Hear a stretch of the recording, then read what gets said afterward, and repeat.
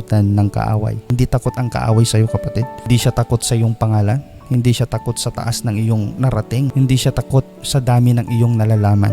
Takot siya sa pangalang Panginoong Hesus. Kaya wala kang kakayahang tumalikod sa kasalanan maliban lamang kapag tinulungan ka ng Panginoong Hesus. Nakakatakot, kapatid, pag tayo po ay nagpatuloy sa ganitong kaisipan dahil unti-unti tayong lumalalim, nasisiyahan, nagpapakasasa sa kasalanan. Hanggang to the point, kapatid, hindi mo na maramdaman yung guilt sa iyong puso.